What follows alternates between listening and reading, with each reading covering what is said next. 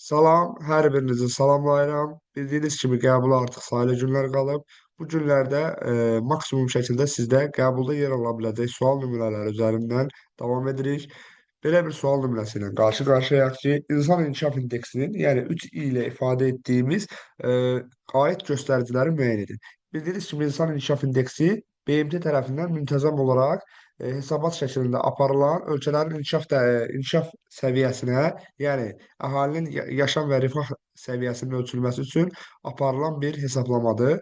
Gəlin sual üzərində tanış olaq ki, bu hesablamalara nələr daxildir? Hərəkət ki, bizdən sualda aid olmayanları soruşur. Ona görə aid olanları yanlış kimi götürəcəyik. ÜDV-nin adam başına düşən həcmi.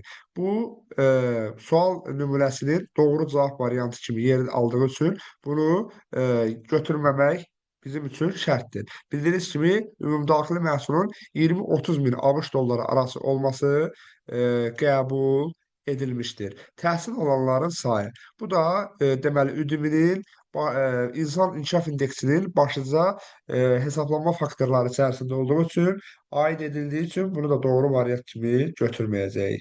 Daha sonra biz davam edirik ki, adam başına düşən meşə sahələri. Bu aid olmayan faktlar içərisində olduğu üçün bunu doğru cavab kimi deməli götürəcəyik. Daha sonra hər 1000 nəfərə düşən təbii artımda aid olmadığı üçün bunu da doğru variant kimi götürməliyik.